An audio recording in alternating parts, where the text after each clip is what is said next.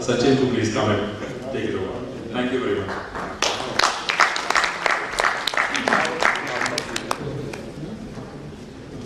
Thank you, Sudhir. It's the most tough challenge, and it's the most challenging task, I would say, to speak at the last. Everything has been said. You people are all exhausted. Saturday evening almost. Still, though I was carrying a presentation which was prepared by my team, purposefully I am not showing it and not even discussing that. It's not worth being discussed now because right since the morning, everything has been said. So I will probably share a couple of my viewpoints. I basically come from infrastructure industry. I have been working very closely with the government on the PPP side. What has been discussed on PPP, I will be sharing my viewpoints. I am not very categorical about these viewpoints, but these are my learning experience over 15 to 18 years. And possibly they have some linkage with the agenda, with the context of smart city. I won't even say that I am a categorical votary of smart city. There has been viewpoints on both sides. People are talking about smart city as real estate projects. People are talking about smart city as infrastructure projects. I have my own definition. Probably many of you will agree on that definition. What our Prime Minister is talking about, or what he even said or announced a week to 10 days back in Japan in Kyoto with respect to smart city. Largely when we see smart city, I basically see smart city as integrated developments. I see smart city as something to be attempted technologically. I see smart city something which is much more larger scale which we haven't seen in this country. And I see smart city in terms of format, a different kind of format to be attempted. When I say format, I am basically trying to say not really purely public, not really purely private. It has to be some hybrid model because it is too complex. As we all almost today, after today's discussion, brainstorming discussions and brainstorming, sharing of ideas, we actually surely come to the conclusion that all of us are clueless about smart city. So we really don't know what smart city is. But one thing is sure, it is exciting. It will have a lot of trickling effect in the country. I don't know where, how much. But it will be complicatedly done. And we will probably learn it over a period of time how it will be doing this. Fourth, which is very important, which I personally feel, even as a very strong nationalist, I have very strong nationalistic feeling. Anything which we talk about or anything which we do as smart city project has to have a very strong economic drive, which is important for the project and it is also important for the country or the region. That's for sure. Let's look at the other dimension of smart city. Means when you see smart city, it is if you can conceive it or conceptualize it, it is what exactly? It is a horizontal development spread over a large area with vertical conclaves and possibly nerves of utilities where we bring in the technology. This is what we are talking about. Let's see from a partner point of view, who all will be party to this kind of a project. Government as an enabler facilitator, a mother developer who will be actually doing the development, a strategic player which will be bringing the technology, a utility player which will be creating infrastructure, and beyond this, an investment group, because the context right now of this special session is funding, an investment group. I purposefully said investment group because that is a large group and there are many more things which we really don't think of. The format side, which I mentioned just in the beginning. When we talk about format, I basically trying to say how will we execute this project. I would be really categorical on that given my personal viewpoints. I personally feel these kind of large developments where we are talking about so many things intermingled or embedded, surely it will be some kind of a private financing initiative or a PPP format, which is what Sudhir said, public-private partnership. We have attempted something in Arkansas for the last 20 years. We started in power and telecom. We have matured and saturated in roads surely with some good success. We are talking about PPP in urban infra and urban transportation space, again with a mix of success and failure. But one thing is very clear, smart city has to be attempted surely in some kind of a PPP format or some kind of a hybrid format which is not purely private and it is not purely government, because government's objectives, priorities is surely not smart city. That's for sure, even from the funding point of view, and they should never be, given the social economic context of our country. I am clear on that. Look at when we say that it has to be a PPP format, what all are we looking from a project? Since we are advisors of the government, and we also very closely work with private sector in terms of motivating them and marketing projects. Projects needs to be viable, but there has to be something beyond viability of a project. Project needs to be marketable.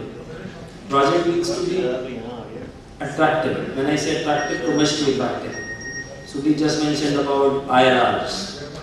The business, any business, the business community see a project from an IRR point of view. And what he even mentioned, which is he rightly said, PPP project perspective has to be seen from the business perspective of a private partner. He is not coming to you for a charity. No one comes for you a charity.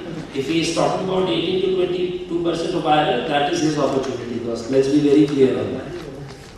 And third aspect is bankability, which is again very equally important element to any PPP project. But when we say bankability, unfortunately, which also has been my experience, I'm very sure many of you are coming from the government and banking sector too. We see bankability aspect of the project only from bank. We actually relate bankability to only bank. The funding of a project is not only bank, it is much beyond the bank. And let's try to see who all are there from the funding point of view. And we have been discussing, attempting in this country. We start with bank and FI. We have private equity players and FDI. We have great need of pension funds. We are talking about REITs now. We have HNIs who are potential sources. We have end user investors even as potential sources of funds. But we need to be very clear when we talk about bankability of the aspect, we need to address the concern of all these investor base, and they are not all the same. The way a bank looks at a project is very different from the way a PE looks at a project, or the REITs look at a project, or an individual investor like any one of us look at a project. So we need to incorporate those, and that's a challenge before us. We do talk about model concession agreement in this country. It has been a great job. I don't want to be unnecessarily negative to it, but we need to really be very dynamic on those aspects. We are still clinging to the models which are still very old. We are not really dynamic in terms of even changing our model concession agreements or model draft agreements. That's very important.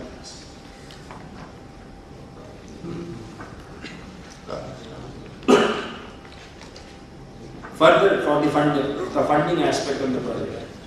When we talk about PPP, I'm just trying to really emphasize one aspect which probably many of you will appreciate. PPP project funding basically relates to, there is a very difficult financial word called project finance.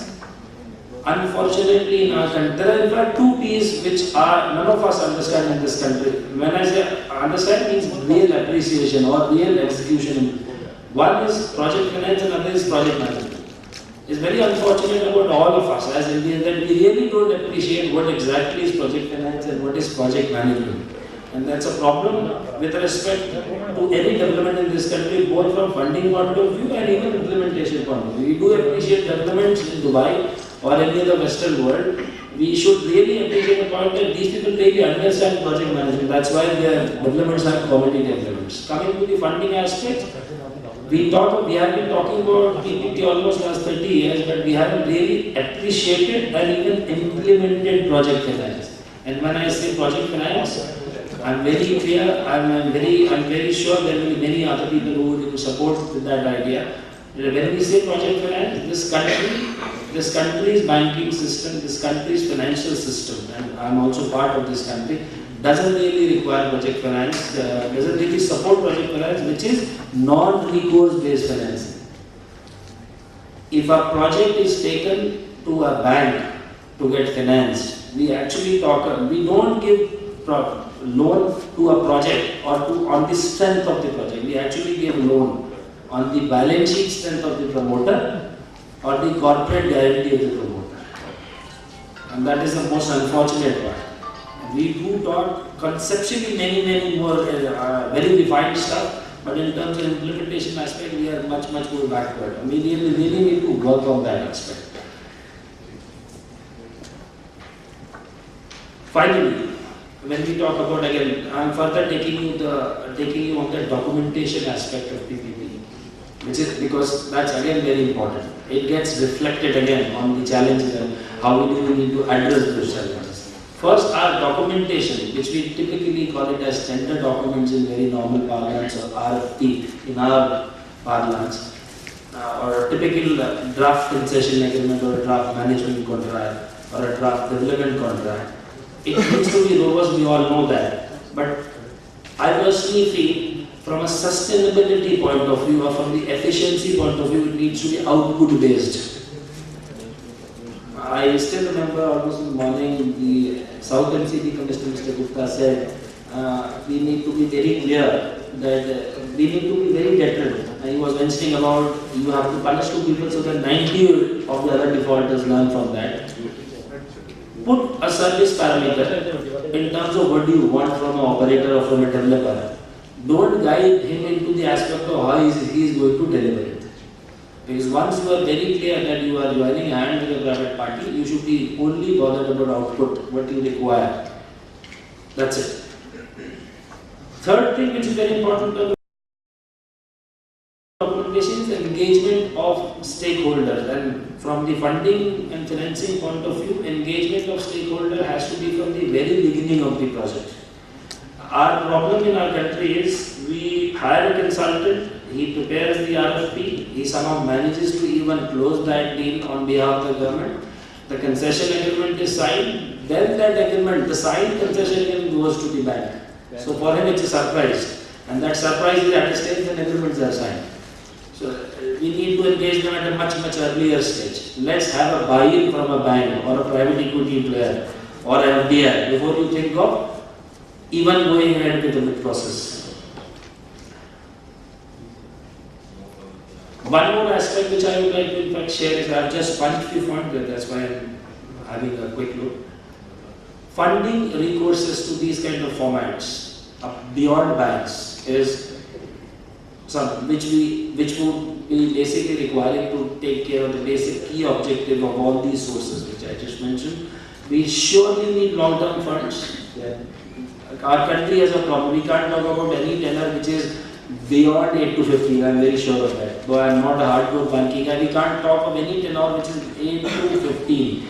We can't talk of any interest regime which is between 3 to 5. LIBOR might be 0.3, but we don't get at 3 to 5. Even after getting external commercial borrowing, our funding, end of the day, landed funding rate is around 6 to 7% after hedging risk. So we need to talk about rates in the regime of 3 to 5%. So in fact, I would be very, it's a challenge on us even to get money from Japan.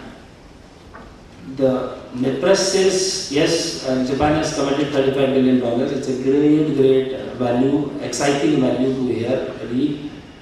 Japan's, and we also know that their cost of fund is almost zero. Rather, Japan, people pay money to keep banks, to keep money in the banks. That's a fact about Japan.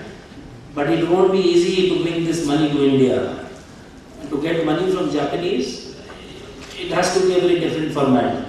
You might get some JICA funding, that's fine. They have been getting JICA funding in GAP, DMRC, and possibly Ahmedabad Metro Rail. But getting $35 billion loan to India won't be so easy. We have to really work on these institutional frameworks. We need to be very clear on that. Low cost of funds is surely a requirement. We even require country level partnership, which is, we also call it as sovereign wealth funds. That is something which our country requires for these kind of projects. But again, a lot of homework has to be done. Not so easy as of now. And I even personally feel, don't laugh at me, we need to see how do we even bring retail investors at the project level. Somebody said to me, I take it as a positive point. Real estate in India is not sold as a home, it is even sold as a product. I believe on that. Why should not it be? There is a difference between saving and investment. I think we have risen to that level that if I have a surplus, I should not really categorize that surplus as saving. I should look at saving as an investment. Why should I be only bothered about an FD if I have an investment option? So, even Smart City can have a huge, we have 1.2 billion people as investors in this country, mind it. 1 rupee saved by each one of us, it is 1.2 into 1.2 billion, it is great money. And finally, which is my personal opinion, anything big which we have been talking, Smart City in a very big format, the only way out to really put these kind of projects on ground, it has to be in a very progressive and a gradual manner. We should attempt our present cities to be more efficient before we talk about greenfield development. And this model will take a long run. We cannot really come to a perfect solution. I do remember a couple of things which have been shared by many experts over here. In fact, I think Dr. Bose said, we can't copy other examples internationally. We can't have a one smart city model for the entire India, pan-India. There cannot be a pan-India model. I really don't believe on model concession agreement for entire country. No. It is not like the case. The road behavior of each and every state is very different. Every district is very different. And these are all our personal experiences. So it has to be, and it will be a very different kind of a solution which India will give to the world for smart city. So actually, the emerging nations and the other world, whether it is Africa or Southeast Asia, will learn from us. And we will also probably take time. Thank you. In fact, I won't take much of that. It's already beyond the 5 years support. I hope I've shared my viewpoint and possibly few of you would surely agree with it. Thank you.